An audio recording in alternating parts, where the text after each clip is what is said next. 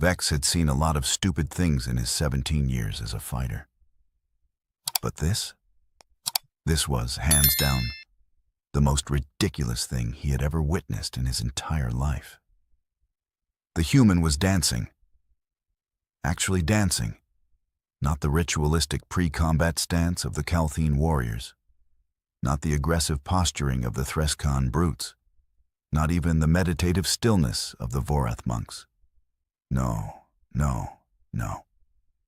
This tiny, fragile-looking creature was bouncing on her feet, rolling her shoulders and twisting her hips like she was preparing for a mating display rather than a fight to unconsciousness. "Is she serious?" Torque asked, his 3 eyes blinking in confused succession. "Does she think this is a performance arena?" Vex could not help it. He laughed. A deep, rumbling laugh that echoed across the preparation area of the fractured ring, that beautiful, chaotic space station where credits flowed as freely as blood in the fighting pits. Several other fighters turned to look, and when they saw what Vex was staring at, they started laughing too.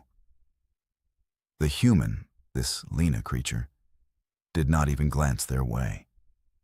She just kept doing her weird little movements, stretching in ways that looked painful, bending her joints at angles that seemed biologically wrong. "Look at her," Gath snorted, his tusks gleaming under the harsh lighting. "She's going to break herself before you even touch her, Vex." "I have fought Grenthian death machines," Vex said, still chuckling as he crossed his forearms over his chest. "I have gone toe-to-toe with Vorath berserkers high on battle spice. I once threw a Kulveen champion so hard he left a dent in the arena wall." He paused for effect, his mandibles clicking in amusement. "And they want me to fight that?" Breck, the smallest of his crew, but still twice the size of the human, was already pulling up his datapad. "The odds are, wow, they are actually insulting. 20-1 against the human." 20-1, Vex repeated. "That is it? I would have expected 50-1, 100-1 even." "Apparently she has won 3 fights already," Breck said, scrolling through the information. "But look at who she fought. A Drellin, a Fisk, and some traitor who probably had not thrown a punch in his life." He looked up, his expression dripping with skepticism. "Nothing impressive." Vex watched as the human dropped into a crouch, then exploded upward, her legs propelling her into a spinning motion that ended with her foot extended at head height.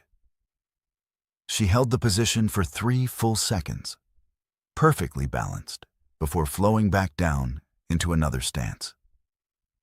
"She is showing off," Torque said flatly. "She is going to get hurt," Vex corrected. "Flexibility means nothing when you lack power. Acrobatics do not win fights. Strength wins fights. Mass wins fights. Experience wins fights."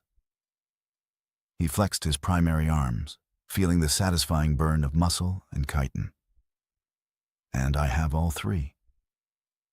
The announcer, a wiry alien named Hulo, with a voice that could shatter glass, began warming up the crowd in the main arena. Vex could hear the roar of hundreds of spectators, all of them here for blood, for violence, for the primal thrill of watching 2 beings try to render each other unconscious. And they were about to see him flatten a human in record time. "Place your bets, boys," Vex said, his confidence so thick you could cut it with a blade. "Tonight, we drink on the winnings."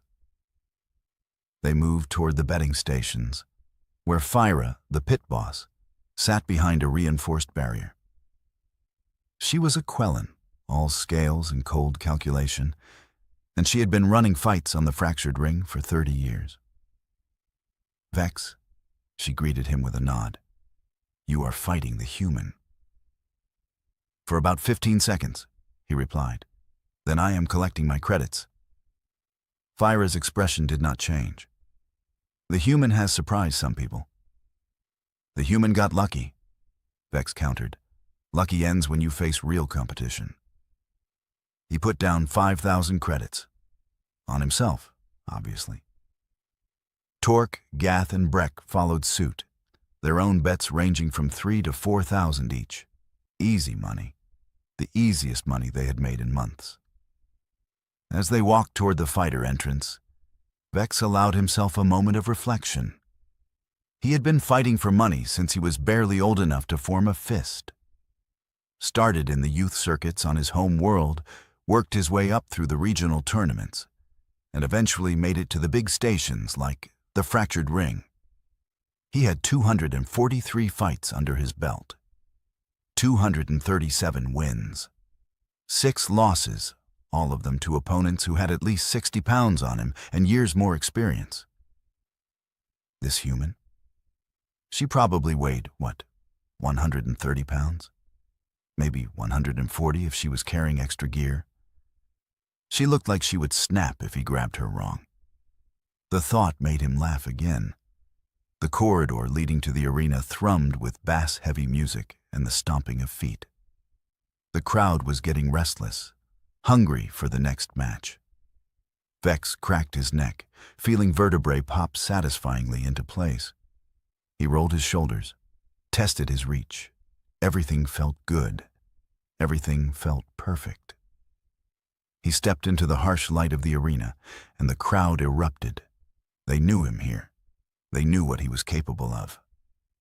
He raised all 4 arms, acknowledging their cheers, feeding off their energy.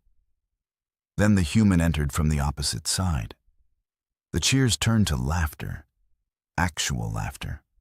Hundreds of aliens, dozens of species, all united in their amusement at this tiny human female who thought she belonged in the ring with a Colthene warrior.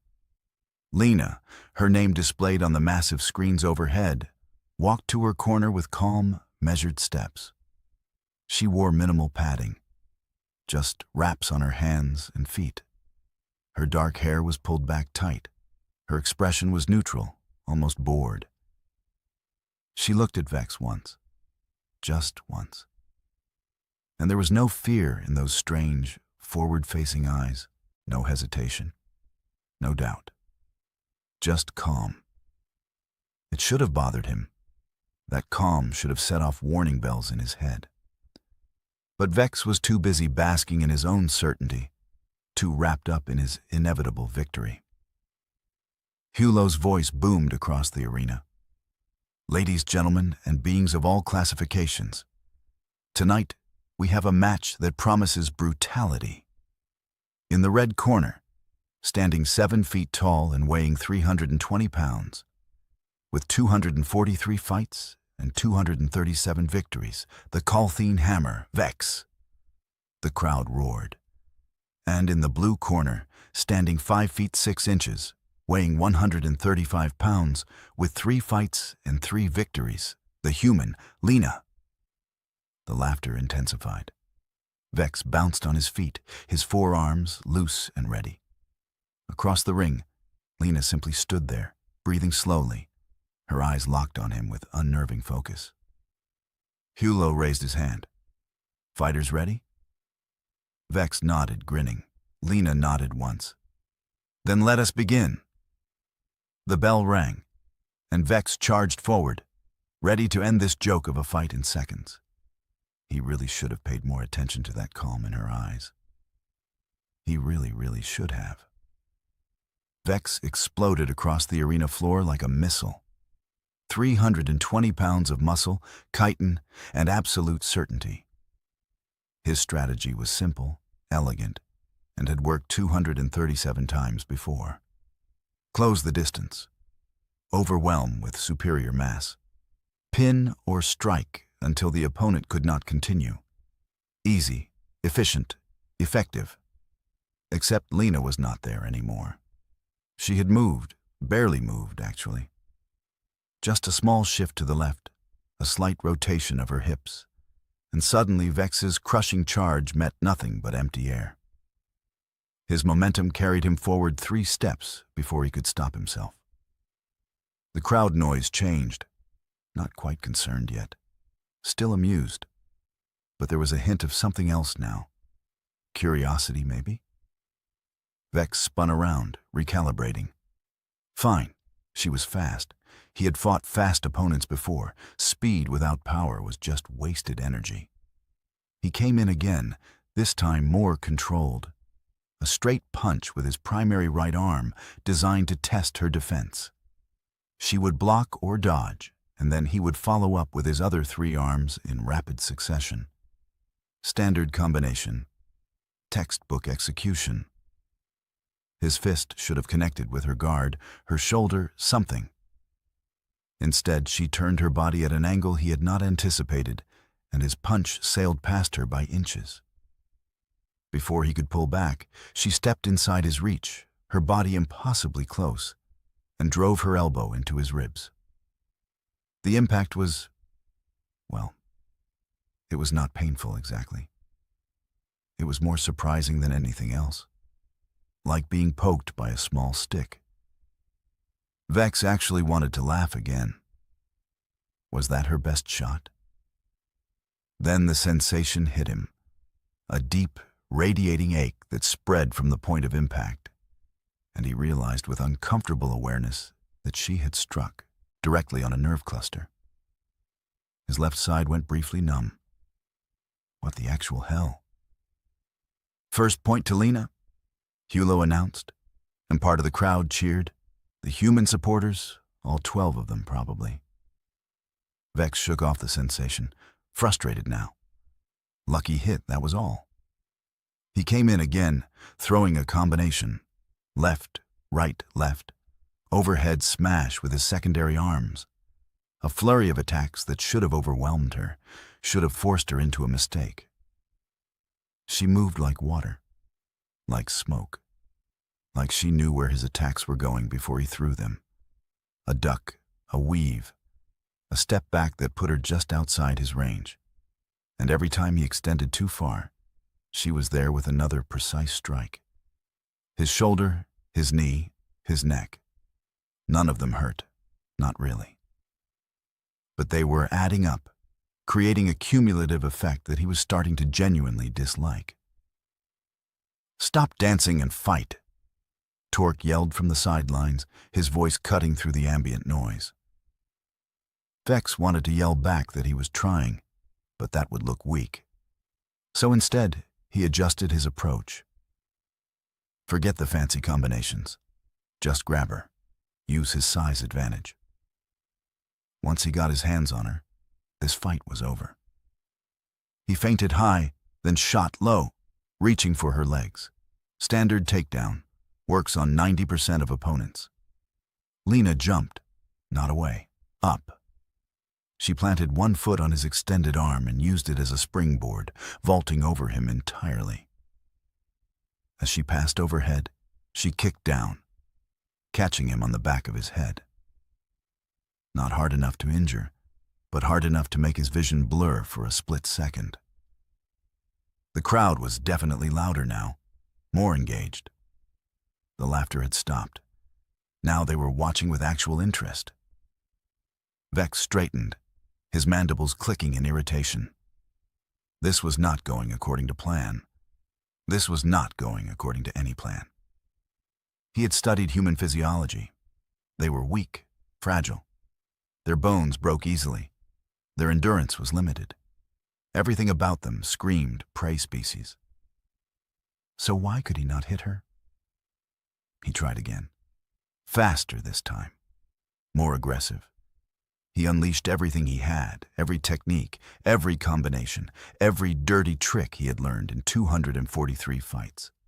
He went high and low. He used all 4 arms simultaneously. He tried to corner her, trap her, limit her options. But humans, he was learning in real time, did not move like other species. They did not have the rigid fighting patterns of the Vorath. They did not rely on brute strength like the Threskin. They were unpredictable, adaptive, constantly shifting between styles and strategies. Lena blocked when blocking made sense. She dodged when dodging was better. She redirected his force when she could. She absorbed hits when she had to. And through it all, she kept landing those irritating, precise, targeted strikes. His ribs, his joints, his pressure points. Places he had not even known were vulnerable until her fists or feet found them. Vex's breathing was getting heavier. How was his breathing getting heavier? He had stamina for days. He had fought 20-minute matches without breaking a sweat. But this human, this tiny, impossible human, was making him work harder than he had worked in years. "Vex Pattern 3, Gath shouted from the sidelines. Pattern 3, the Calthine war form. Aggressive, overwhelming, designed to break through any defense. Vex nodded, reset his stance, and launched into the pattern. It was beautiful, really. A symphony of violence. His arms moving in coordinated strikes, his legs driving forward with unstoppable momentum, his entire body committed to complete destruction. Lena watched him come. And for the first time since the fight started, she smiled. That smile should have warned him. That smile was a giant, flashing sign that said, "Danger. Proceed with extreme caution. Turn back now." He did not turn back. She dropped low, impossibly low, and swept his lead leg. Not with power, with timing, with precision, with an understanding of leverage and balance that turned his own momentum against him. His leg went out from under him. His body, still committed to the forward attack, had nowhere to go but down. He hit the mat. Not hard, not painfully, but he hit it. Vex, the Calthine hammer, 237 victories, hit the mat. For exactly 1 second, the arena was completely silent. Then the crowd erupted, not in mockery, in genuine shock. Half of them were cheering. The other half were staring in disbelief, probably calculating how much money they had just lost. Vex scrambled to his feet, his face burning with humiliation and anger. That was a fluke, a mistake, a momentary lapse in concentration. But when he looked at Lena, still smiling, still calm, still completely in control, a tiny voice in the back of his head whispered something he did not want to hear. What if it was not a fluke? What if she was better than him? He charged again, but this time the confidence was gone. This time he was fighting something far more dangerous than a human. He was fighting his own doubt.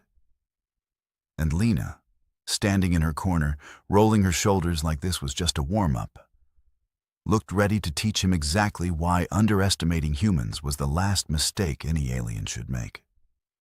Desperation made Vex sloppy. Desperation made him forget everything he had learned in 17 years of fighting. Desperation turned a decorated warrior into a flailing amateur. He threw everything at her.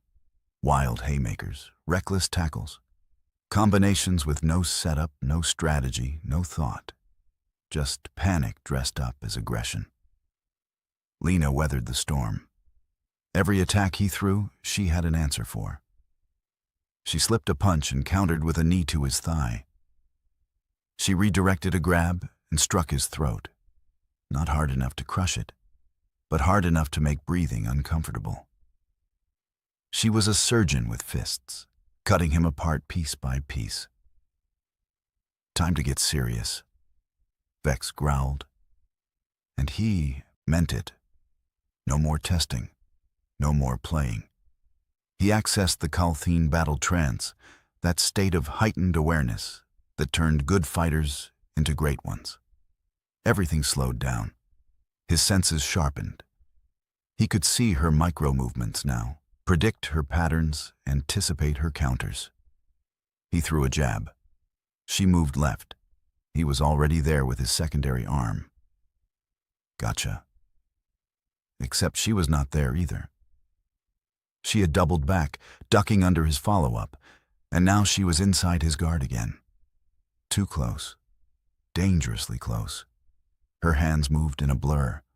palm strike to his solar plexus, elbow to his jaw, knee to his midsection. Each hit perfectly placed, perfectly timed, perfectly devastating. Vex's vision blurred. His legs felt wrong, weak, unsteady. No, no, no, no. This could not be happening. He swung again, putting everything into one massive overhead strike with all four arms. If it connected, the fight was over. If it connected, he won. It did not connect. Lena moved, not dramatically. Just a small step to the side. Then she did something that Vex's brain could not process in the moment. She grabbed his primary right arm, turned her hip into his body, and pulled. Physics took over. Leverage, momentum. The principles that governed the universe and did not care about species, size, or ego. Vex's 320 pounds became a liability. His own force, his own strength, his own aggression, all of it got redirected through this tiny human's perfectly positioned fulcrum. He went up. Actually went up. Lifted off his feet by his own momentum. Then he went down. Hard. The impact drove the air from his lungs. The arena floor, reinforced and unforgiving, met his back with brutal finality. His head bounced once, twice. His vision filled with stars, real or imagined, he could not tell. Somewhere far away, Hulo was counting. 1, 2, 3.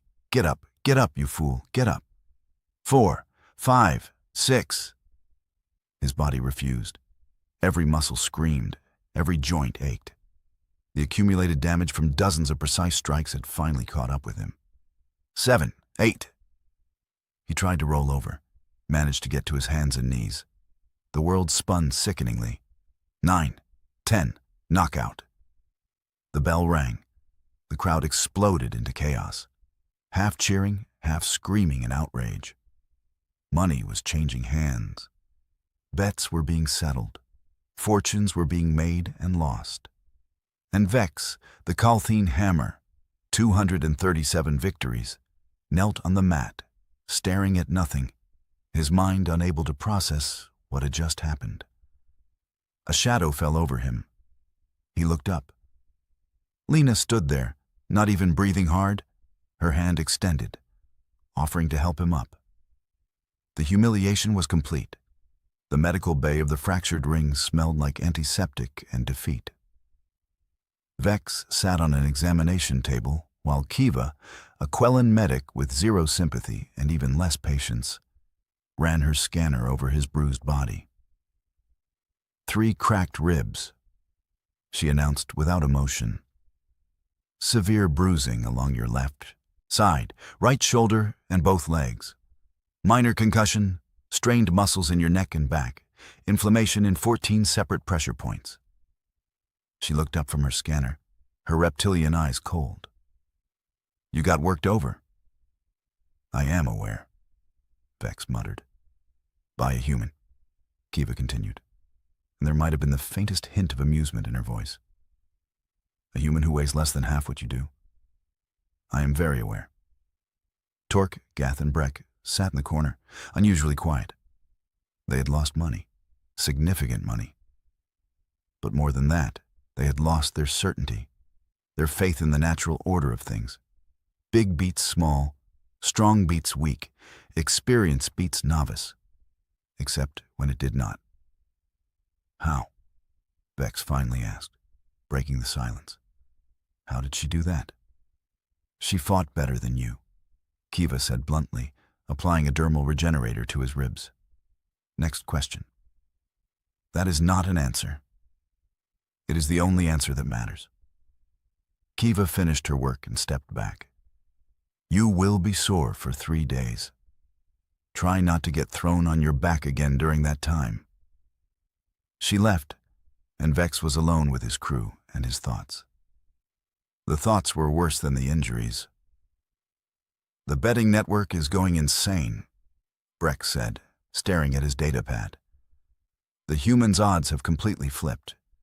She is getting fight offers from every major arena in this sector. Good for her, Vex said. and was surprised to find he actually meant it. "You are taking this well," Gath observed. "What choice do I have?" Vex shifted on the table, wincing at the movement. "Denying what happened will not change the result. I lost, badly, and I need to understand why." The door to the medical bay opened again. Vex looked up, expecting Kiva with more bad news about his injuries. It was Lena. She had showered and changed, wearing simple civilian clothes now. She looked even smaller without the fighting wraps, even less threatening. But Vex's body, still aching from a dozen precise strikes, knew better. "Can we talk?" she asked. Vex nodded. Torque, Gath, and Breck quietly excused themselves, though not before giving the human respectful nods. That alone showed how much had changed in the last hour. Lena pulled up a chair and sat down. For a long moment, neither of them spoke. "You were wondering how I did it," she finally said. "That would be the question burning in my brain, yes." She smiled, not unkindly. "Your technique was solid. Your strength is impressive. Your experience showed in every movement. But you fought like someone who had never faced an opponent who thought differently than you." She leaned back in the chair. "Tell me, Vex, how many fighting styles exist in Kalthine culture?" He considered the question. 3 main forms: the war form, the duel form, and the ceremonial form, plus variations and personal adaptations. 3, Lena repeated. "Humans have been fighting each other for thousands of years. We have hundreds of documented martial arts, boxing, wrestling, various forms of striking arts, grappling systems, weapon-based disciplines. And we have been mixing them, adapting them, evolving them constantly. I do not understand how that matters. It matters because when you trained against opponents who thought like you, who moved like you, who used the same basic principles you did." She gestured at him. "I grew up studying 6 different fighting systems. I have sparred with dozens of training partners, each with their own style. I have learned to adapt to unpredictability because humans are fundamentally unpredictable." Vex absorbed this. "So, it is just experience? Training?" "No," Lena said. "It is more than that. Humans evolved as prey animals. We were not the strongest. We were not the fastest. We did not have natural weapons like claws or fangs. We survived by being smarter, more adaptable, more creative." She stood and demonstrated a simple movement, a shift of weight and angle. Every martial art we created reflects that. We learned to use leverage instead of strength, timing instead of speed, precision instead of power. We learned that a small person could defeat a large person if they understood the mechanics of how bodies move. "You used my own force against me," Vex said, understanding dawning. "Exactly. That throw at the end? That was not my strength lifting you. That was your momentum, redirected. I just provided the pivot point." She sat back down. "Humans had to learn these lessons because we had no choice. The strong prey on the weak unless the weak get smart." Vex thought about his home world. The Kalthine had always been apex predators. 4 arms meant they could grapple and strike simultaneously. Their size and strength meant they could overwhelm most threats. They never needed to develop the kind of intricate, technical fighting systems Lena was describing, because they never needed to overcome a significant physical disadvantage. "I underestimated you," he said quietly. "Yes. I assumed physical superiority meant combat superiority. Yes, I was an arrogant fool." Lena tilted her head, considering. "You were overconfident, but you are not a fool. A fool would not be sitting here trying to understand what went wrong. A fool would make excuses. Then what do I do now? Learn, she said simply. Study, adapt. There is no shame in losing Vex, only in refusing to grow from it. Over the next several days, word of the fight spread through the fractured ring like wildfire. The human who beat the Colthene hammer, the impossible upset, the 5'6" warrior who proved that size was not everything. Other human fighters started getting more respect, better odds, serious consideration from promoters who had previously dismissed them. Vex watched it happen from the sidelines while he recovered. He studied recordings of human martial arts. He analyzed Lena's movements frame by frame. He began to understand the depth of knowledge humanity had accumulated about the art of fighting. 2 weeks later, he saw another human in the arena, a male named Dane, fighting a Threscan brute twice his size. The crowd was split now. Half expected the human to win, half still bet on the bigger fighter. Vex watched as Dane moved, fluid and adaptable, using techniques that seemed to shift and flow like water. The Threscan could not pin him down, could not predict him, could not land clean hits. The fight ended with Dane victorious. Vex nodded slowly, finally understanding. This was not a fluke. This was not luck.